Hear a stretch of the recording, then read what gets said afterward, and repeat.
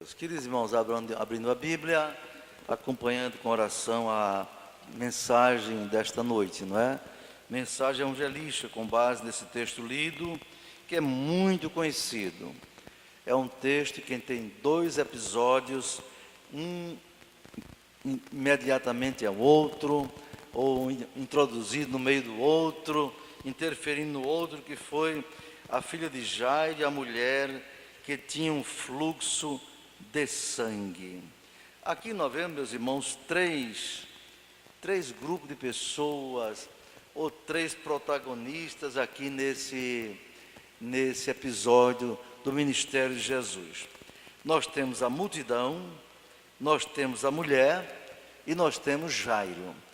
São três pessoas ou tipos que se destacam aqui: a multidão, a mulher e Jairo. Não é? Diz aqui o texto: quando Jesus voltou, uma multidão recebeu.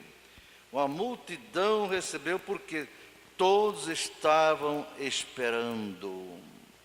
Então a multidão estava ali. Não é?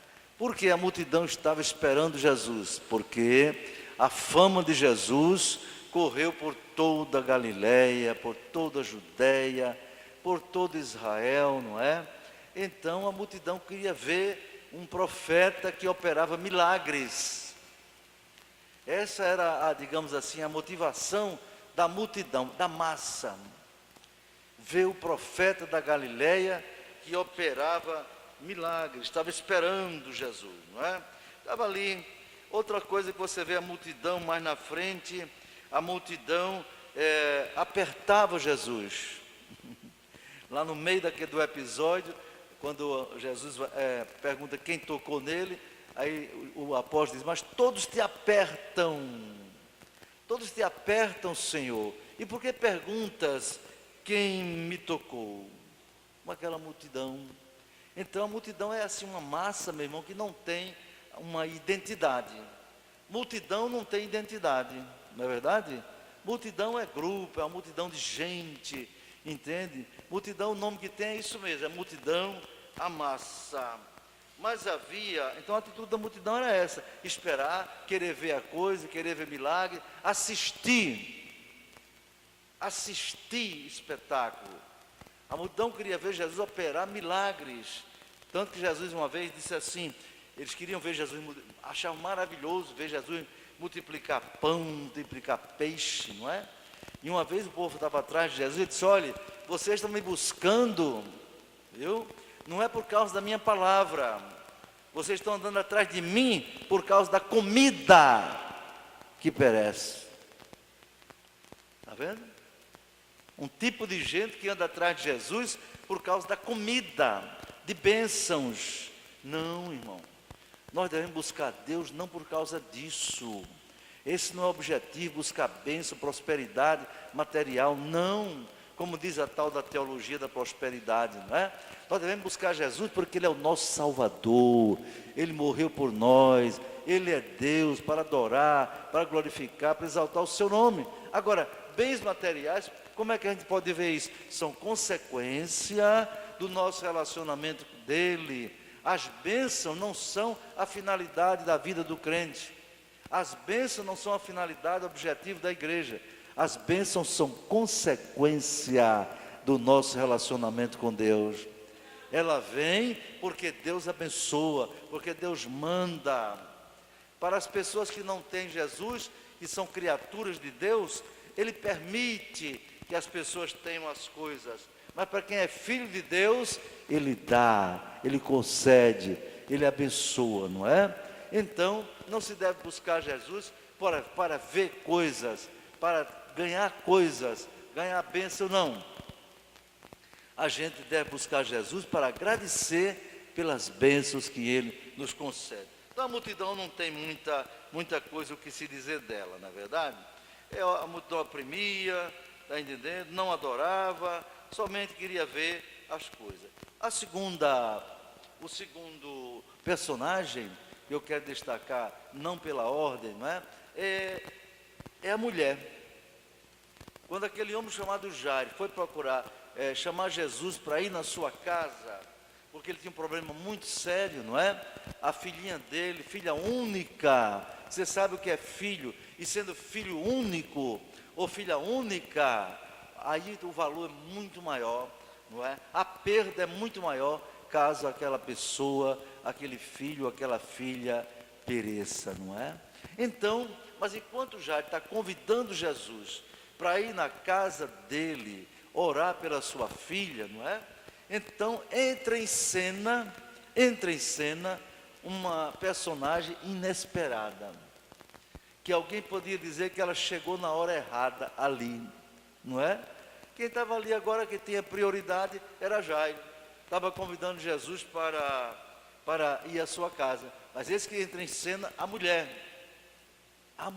hemorrágica, irmão, a mulher hemorrágica, 12 anos, tinha um fluxo de sangue. Você sabe o que é isso? Uma pessoa perder sangue durante 12 anos, não era uma hemorragia normal, própria da mulher, na menstruação, não, era um fluxo de sangue, era uma hemorragia crônica, entende? Era uma hemorragia crônica, quem sabe, naquela época que já era um câncer no útero, não é? Um cisto, não sei, uma coisa assim. O fato era que era 12 anos, diz a Bíblia, ela gastou tudo com os médicos da época. Na época não tinha ultrassonografia, não tinha tomografia, não tinha uma medicina mais aperfeiçoada, nada disso. Era medicina muito rudimentar, muito simples, caseira, não é? Que se usava mais as plantas, as ervas, essas coisas, não tinha como fazer cirurgia, nada disso. Então veja como aquela mulher passou por uma situação muito terrível, de risco de vida, não é? 12 anos, gastou tudo com os médicos. Portanto, ela deve ter sido uma mulher que tinha dinheiro para pagar médico durante 12 anos, não é verdade? Não era brincadeira. Gastou, diz aqui, gastou todos os seus haveres, os seus bens. Os seus bens, sua renda, suas casas, terreno, o que ela tinha foi vendendo para pagar os médicos daquela época, mas não teve solução. 12 anos sem ter esperança. Diz a Bíblia, vão é o socorro do homem, não é? A medicina hoje tem mais condições, mas naquele tempo era muito rudimentar, muito nos seus primórdios, não é verdade? Mas então ela chegou por trás de Jesus para tocar nele. Por quê? Porque ela chegou por trás dele dizendo assim, por quê? Ela em casa pensava, se eu for, apenas eu tocar na orla dos seus vestidos, eu ficarei curada. Isso é fé, irmãos. Isso é fé. Fé não é aquilo que você vê, não é? Não, fé, diz o livro de Hebreus, não é? A fé, lá em Hebreus capítulo 11, versículo 1, é o firme fundamento das coisas que se esperam e a prova daquilo que você ainda não vê. Não tem sentido você dizer que tem fé. Eu tenho fé que vai ter uma câmera filmando aqui. Não, está aí. Você está vendo? Agora, você tem fé quando você espera em algo que ainda você não está vendo, mas você crê que é possível Deus fazer. É possível acontecer. Aqui está se falando de fé em Deus. A fé é firme fundamento. A fé do cristão não é uma fé assim, sem sentido, sem graça, não. Tem fundamento, né? Das coisas que se esperam, tem esperança. Tem esperança das coisas que se não vê vão acontecer. Aquela mulher tinha essa fé, né? Ela imaginava, se tão somente eu tocar na orla dos vestidos de Jesus, que ela tinha medo de se apresentar, ela fez uma avaliação, irmão. Ela fez uma avaliação tremenda na sua carta. Não foi fácil para ela chegar ali onde Jesus estava, não. Ela era uma mulher de Israel, uma judia. E a lei dizia que uma mulher com fluxo de sangue, e sobretudo um fluxo de sangue contínuo, ela era considerada uma mulher imunda. Até mesmo da menstruação normal de uma mulher, naqueles dias, ela era considerada imunda, não de pecado, mas por uma questão de higiênica. Entende? Imagine como era antigamente. Não tinha hoje os equipamento não, os remédios, né? Aquilo é colocado, os dispositivos colocados à disposição das mulheres na época que elas estão na sua menstruação. Não. Então ela sabia, porque se ela tinha 12 anos, o que ela procurava estancar um pouco o seu sangue era com panos, certamente. Mas aquilo devia exalar um odor por onde ela passava e chamava atenção. Ela sabia, se alguém descobrisse que ela estava com aquela hemorragia, alguém ia dizer, essa mulher é imunda, ela está aqui imunda, sai daqui imunda, vai-te embora imunda. Ela deve ter pensado muito no risco que ela corria de chegar ali até onde estava Jesus. Mas aí, ela chegou por trás, veja a Bíblia dizer que ela chegou por trás, chegando por trás dele, até ela chegar ali, irmão, da casa dela, até a rua onde Jesus estava, a esquina, eu não sei, ninguém sabe, só Deus sabe o que ela passou, porque quem perde sangue assim direto, tem uma coisa, o fluxo do sangue no cérebro diminui na cabeça, e a pessoa tem tontura, fica tonto quem perde sangue, entendeu? Pode desmaiar, mas ela teve fé, mas a fé dela não foi uma fé apenas de crença, não, uma fé parada. A verdadeira fé, meus irmãos, é uma fé que se movimenta, é uma fé que age, é fé com ação. Ela creu, ela podia ter ficado em casa, eu creio que Ele vai me curar. Não, mas eu creio, mas eu vou me levantar, eu vou lá, não é verdade? Vou fazer um esforço para chegar junto dele. Muitas vezes você não recebeu sua bênção ainda, querido. Primeiro, porque você não creu. Segundo, porque você não fez o esforço para chegar perto de Jesus. Não é? Então ela fez um esforço tremendo. Outro evangelista mostra isso. E ela chegou lá junto de Jesus. Mas não podia se apresentar. Por isso ela dizia, eu vou tocar só nele. Ela ouvia, porque ela creu que tocando em Jesus, ela seria curada. Os irmãos podem ter uma ideia? Porque ela creu que só tocando na orla do vestido ela ficava curada. Porque ela ouviu falar de Jesus. Ela ouviu falar de Jesus. Alguém disse, olha, esse mestre chamado Jesus, da Galileia, ele é muito poderoso. Ele é profeta, né? Aí deve ter contado, eu via com um leproso. O leproso ele só fez tocar e o homem ficou curado na hora. Outra vez deve ter contado para ela, eu vi 10 leprosos de uma vez. Chegaram para ele curou assim logo num momento 10. Todos foram curados. E eu também ouvi dizer que ele ressuscita até mortos. Ressuscitou um morto ali, uma mulher acolá. Então aquela mulher deve ter criado fé, porque ouviu, né, irmãos? Porque ouviu. E a Bíblia diz, a fé vem pelo ouvir, e o ouvir pela palavra de Deus. A fé em Deus, ela se fundamenta na sua palavra, não é na lógica humana, não, é na palavra. Sabe por quê? Porque a palavra de Deus é viva. Ele disse, as minhas palavras são espírito e vida. Poderosa a palavra de Deus. E Hebreus 4:12 diz que a palavra de Deus é viva e eficaz, quer dizer, produz efeito, é viva e eficaz, é mais penetrante do que uma espada de 2 gumes, e penetra até a divisão da alma e do espírito, e vai até as juntas e medula, o corpo da pessoa, não é? Até as juntas e medulas, e é capaz de discernir os pensamentos e as intenções do coração. Veja o poder da palavra de Deus, irmão. O Evangelho é diferente das filosofias, dos discursos humanos, não é? Das palavras dos sábios deste mundo, porque não é palavra só substantivo, adjetivo, verbo, gramática, não. A palavra de Deus é espírito e vida. Quando a pessoa aceita Jesus, com esses novos convertidos estão aqui, e são transformados mesmo, e vocês também que já foram novos convertidos, nós, não é verdade? Um dia um bebia, agora não bebe mais. Outro tinha tomado droga, agora não toma mais. Um se prostituía, agora não se prostitui mais. Quem fez isso foi o pastor da igreja? Não. Quem fez isso foi a palavra agindo na mente da pessoa. Por que é que a escola não transforma a pessoa? A escola, o ensino fundamental, ensino médio, faculdade, não transforma a pessoa. Eu fui professor da universidade desde 18 anos. Tá? 18 anos. Nunca vi os ensinos da universidade transformar um bêbado. Pelo contrário, vi gente na universidade bêbado. E professor doutor curso nos Estados Unidos, chegar bêbado na faculdade. Vi colega meu que fez curso na Fundação Getúlio Vargas, no meu departamento, não é?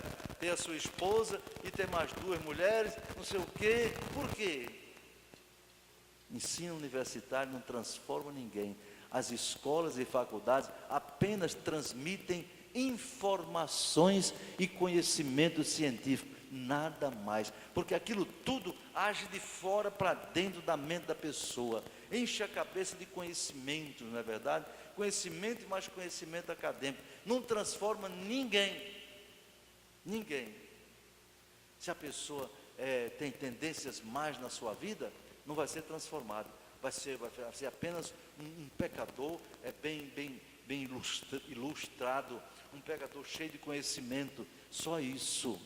Mas a palavra de Deus, por que é que ela transforma? Porque ela não age de fora para dentro, ela age de dentro para fora, no coração da pessoa, na alma da pessoa, na mente da pessoa, porque ela é apta para discernir os pensamentos e as intenções do coração. Aquela mulher ouviu falar de Jesus e surgiu aquela fé no coração dela. Se tão somente eu tocar na orla dos seus vestidos, eu sararei. Ela avaliou tudo. Eu sou uma mulher considerada imunda. Como é que eu vou chegar lá e querer falar com um rabi, com um mestre? Não posso. E chegou ali e diz a Bíblia que quando ela, com um esforço tremendo, né, para chegar ali e tocar no vestido de Jesus, teve que se abaixar para tocar na orla. Ela podia ter tocado nas costas de Jesus, mas não quis. Ela tocou lá embaixo. E ela, para tocar lá embaixo, teve que se abaixar, talvez se ajoelhou, não é verdade? E tocou. Quando ela tocou na ponta, na orla da veste de Jesus, diz a Bíblia, ela sentiu estar curada do seu mal, na mesma hora. Dê glória a Deus por isso. Jesus Cristo é o mesmo, ontem, hoje e eternamente, não é? Diz que logo estancou o seu sangue, logo. Milagre é isso. Milagre é uma ação sobrenatural sobre o curso da natureza, das coisas naturais, das coisas normais. Milagre é algo extraordinário. Milagre não se explica, milagre acontece. Você crê ou não crê? Acontece ou não acontece, não é verdade? Logo ficou curada. E ela já se dava por feliz, ela deve ter sentido a sensação de quem foi curado dessa forma, assim de imediato. Deve ser uma coisa fantástica. De repente, ela que estava tonta, ela estava fraca, ela sentiu energia. O sangue novo, renovado, curado nas suas veias. Ela já estava preparando para ir para casa, para comemorar, para ficar feliz com sua família e dar testemunho. Mas aí de repente o mestre diz: quem me tocou? Quem me tocou? Ela deve ter tomado um susto. Como é que ele sabe? Eu só fui tocar devagarinho. Quem me tocou? Insistiu. Aí Pedro, não é que Pedro sempre gostava de falar na frente dos outros. Pedro disse: mestre, que negócio é esse? A multidão te oprime, te aperta. Todo mundo deve estar batendo no senhor. Como é que o senhor faz uma pergunta dessa? Sabe o que é isso? É a lógica humana. Pedro e os demais discípulos estavam na lógica racional. Estão tocando, batendo nele, isso é normal. É normal. Mas Jesus estava dentro de uma outra dimensão. Enquanto ele estava na dimensão natural, humana, lógica, racional, Jesus estava na dimensão espiritual, sobrenatural. Aí ele disse: não, vocês estão pensando que alguém está batendo em mim. Alguém me tocou de uma forma, ele quis dizer, alguém me tocou de uma forma diferente, porque eu senti que de mim saiu virtude. Alguém tocou em mim pela fé. Alguém creu em mim. Alguém tocou em mim de uma forma diferente dessa multidão. A multidão só fazia apertar, mas aquela mulher não. Ela tocou com fé. ela tocou com objetivo definido. Então ele insistiu, quem me tocou? A mulher, vendo que não podia se esconder, aí já de pé, forte, sadia, curada, disse: Senhor, fui eu quem te tocou, dê glória a Deus por isto, não é? Ela tremendo, ela vendo que não podia se ocultar, se aproximou e prostrou-se diante dele, quer dizer, prostrou-se, caiu aos pés dele, não apenas se ajoelhou, ela se prostrou, dá a entender que colocou o rosto no chão, e deu testemunho, não é verdade, irmão? Deu testemunho, que ela declarou diante de todo o povo a causa porque havia tocado em Jesus e como sarara. Ela deu testemunho, ela contou isso, que era uma mulher com 12 anos, doente, não tinha jeito, sem esperança, já esperando a qualquer dia morrer, não é? 12 anos, irmãos, perdidos, mas em um segundo, a fração de segundo, Jesus resolveu o problema daquela mulher, porque Ele é assim, Ele tem poder, Ele é onipotente, porque Ele é Deus, não é verdade?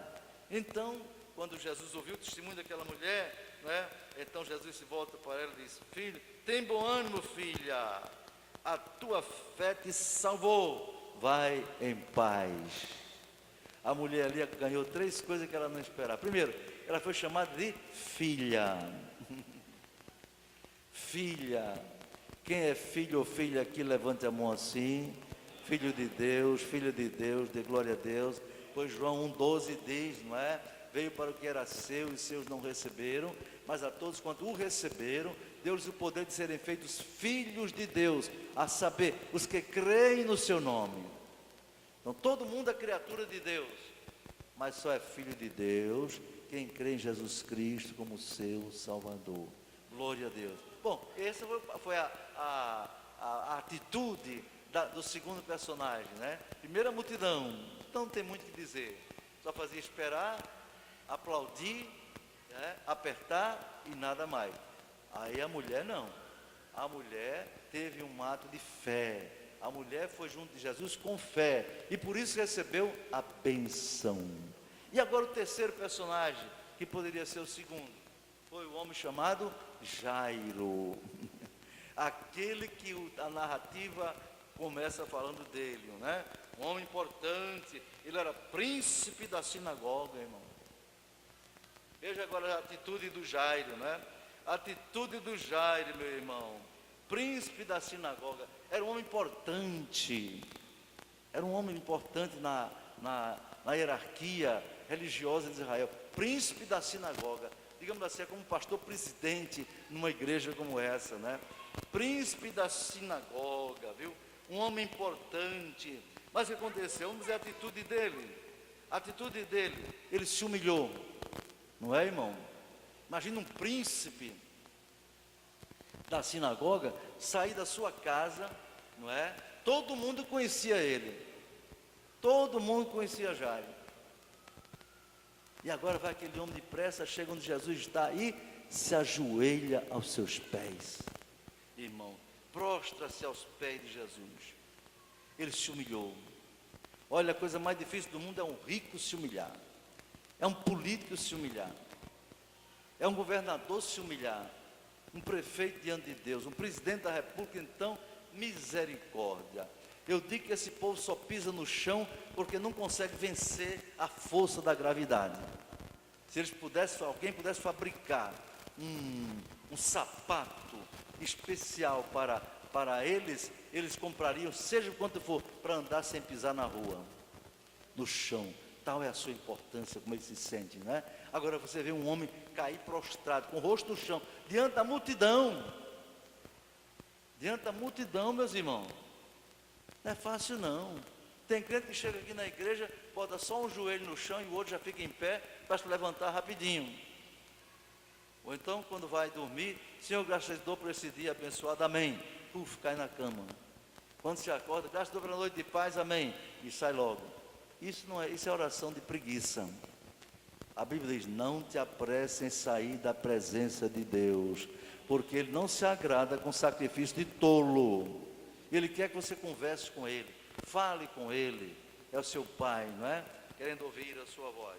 Então Jairo se humilhou, meu irmão, se humilhou, prostrou-se, rogou a Jesus: Senhor, eu te rogo que vá na minha casa, pois minha filha está à beira da morte, deixei ela para morrer em casa, vai ali. Agora, imagina o rosto de Jairo, quando chega aquela mulher, entra no meio da história, quando ele está pedindo a Jesus. Ele podia ter se desesperado, não é? Ele podia ter dito: mulher, deixa para depois, agora é a minha vez. Não, Jairo esperou. Eu creio que seu coração estava acelerado. Meu Deus, abençoe que ele vá logo. E a mulher ali, falando com Jesus, tocando em Jesus, chamando a atenção, e Jairo esperando, irmão. Sabe por que muito crente não recebe a bênção? Porque não sabe esperar. Salmo 37 diz: entrega o teu caminho ao Senhor, confia nele, ele tudo fará. Espera no Senhor, e ele concederá o que deseja o teu coração. Espera no Senhor. Precisa esperar. A prova mais difícil da vida do crente é esperar. Esperar. Às vezes a gente gosta de receber a bênção logo, mas às vezes Deus nos prova através da espera. Mas quem espera não desespera. Quem espera, confia. Quem espera, aguarda. Quem crê, aguarda. Quem crê, espera, não é? O Jairo esperou, meu irmão. Esperou pacientemente ali. E depois que Jesus atendeu a mulher, não é? Aí nesse ponto, diz a Bíblia, estando ele ainda falando com a mulher, chegou um mensageiro da casa de Jairo e disse: Jairo, Jairo, Jairo. O que foi? Não precisa mais incomodar o mestre. A tua filha acabou de morrer. E agora? Agora acabou tudo. Acabou a esperança, não é? A mulher foi bênção, e agora? Talvez ele pensou: meu Deus, essa mulher atrapalhou. Se Jesus tivesse ido logo, ela não tinha morrido. E agora? Não incomode mais o mestre. E aqui a Bíblia não diz, mas eu imagino o semblante do Jairo, não é? Ficou pasmo, perdeu a cor, ficou abatido, deve ter baixado a cabeça, ou quem sabe lágrimas correram nos olhos. Mas de repente, Jesus olha para ele e diz assim: não temas, crê somente e será salva. Não temas, crê somente e a tua filha será salva. Imagina a injeção de ânimo que Jesus deu, não é? Naquele homem, meu irmão. Você também, quando vê alguém desanimado, irmão, não fique dizendo assim: irmão, é assim mesmo, se conforme, irmão. Não, dê uma palavra de ânimo. Confie em Deus, espere em Deus. Deus pode, Ele é bom, Ele é maravilhoso, Ele vai te abençoar. Diga isso pela fé. Não temas, crê somente. Glória a Deus. E aí Jesus foi na casa do Jairo, não é verdade? E aí uma casa, ia muita gente, mas quando chegou ali só entrou com ele Pedro, Tiago e João, e o pai e a mãe da menina. Por que não entrou muita gente para o quarto da menina que estava ali, a defunta? Porque muita gente atrapalha às vezes. Certas situações muita gente atrapalha, né? E tem gente que é curiosa, vai para querer ver espetáculo. Não, veja que ele não levou nem os outros discípulos, só levou 3: Pedro, Tiago e João, o pai e a mãe da menina, só, porque ele entendeu que era conveniente, naquele pequeno ambiente daquele quarto, apenas aquelas 5 pessoas e ele, além da menina doente. Não é verdade? E aí agora toda a esperança de Jairo está ali, não é? Toda a esperança está ali. Mas interessante, quando Jesus chega ali, todos choravam. Todos choravam. Naquele tempo tinha uma profissão, eu não sei, hoje não tem mais não. Hoje não tem mais essa profissão, era a profissão das carpideiras. Carpideira eram as mulheres que ganhavam dinheiro para chorar. Já pensou? Porque não tinha homem carpideiro, né? A Bíblia não fala de carpideiro, fala de carpideiras. Porque homem é medido a durão. Homem às vezes está sofrendo, mas não chora. Porque diz que o homem não chora. Isso é besteira, irmão. Jesus chorou. Será que Jesus era menos homem do que a gente? Ele chorou. Chorou mais de uma vez, diz a Bíblia, né? Então as carpideiras estavam ali. pago para chorar. É interessante, não é? Então, a carpideira é uma espécie de contrato verbal. Vai chamar ali a irmã fulana, a irmã cicrana e tal, para chorar no enterro, né? Para todo mundo chorar ali. Quanto é que ela cobra?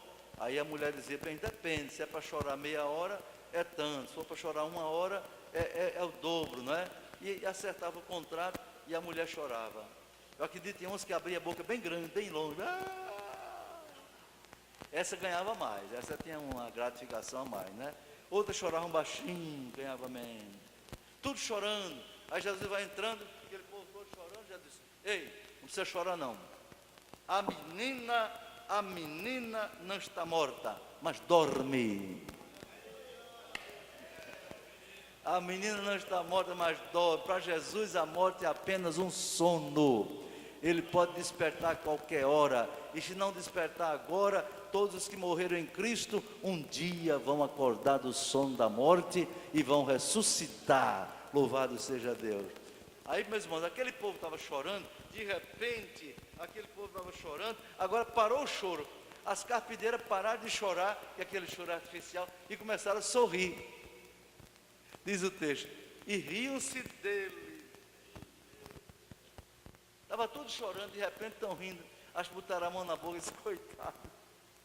Quem é esse camarada que chegou aí agora? A mulher não morreu faz meia hora, ele vem dizer que está dormindo? Que história é essa? Coitado desse pobre. O que é que ele veio fazer aqui, não é?